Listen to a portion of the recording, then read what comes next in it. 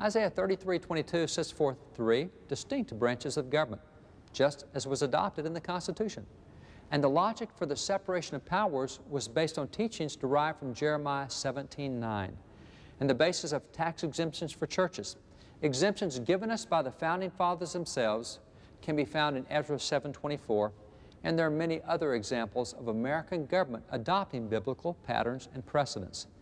In fact, the biblical underpinnings of America were so obvious to previous generations that in 1892, even the U.S. Supreme Court had no difficulty in rendering a unanimous decision with what may be a surprising declaration for us today.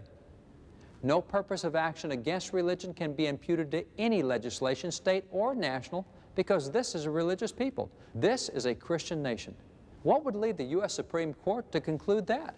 The answer is simple: America's own history. The court's decision in that case was only 16 pages long, but in those 16 pages, the court provided almost 80 different historical precedents proving that America was indeed a Christian nation. The court referenced the Founding Fathers, the acts of Congress and the state governments, previous court decisions, and many other official actions to reach its conclusion that America was indeed a Christian nation. 80 precedents in a case is impressive, but it's also important because courts base their decisions on precedent. This enables them to be consistent from ruling to ruling, thus contributing to a stable society. Significantly, that 1892 court decision was by no means the only Supreme Court decision that recognized and preserved America's biblical heritage. Similar decisions were rendered both before and after that 1892 ruling. For example, in 1844, a case was brought before the Supreme Court involving this Philadelphia school.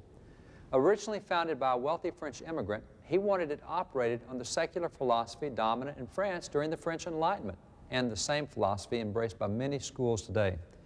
Run by the city of Philadelphia, this school operated on the notion that students could successfully learn morality apart from the Bible.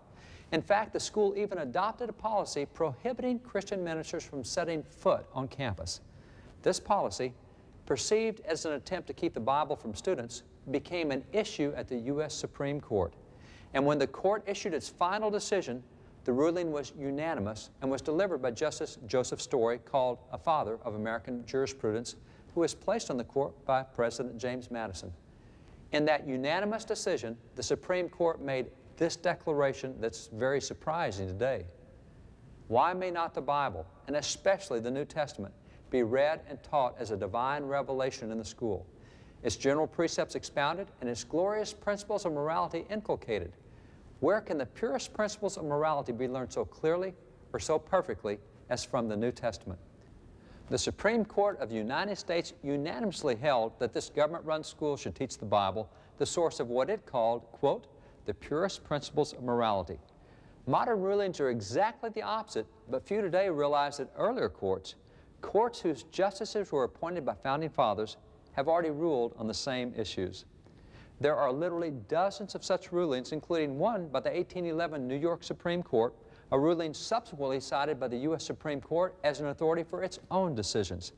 That New York case dealt with a man who had distributed a writing full of vulgar, malicious, and gratuitous profanity, attacking God, Jesus Christ, and the Bible.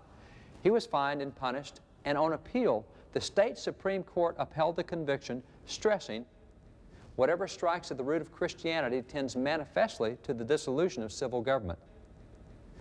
According to the court, an attack on Christianity was an attack on the foundation of our country and its government, and the U.S. Supreme Court agreed.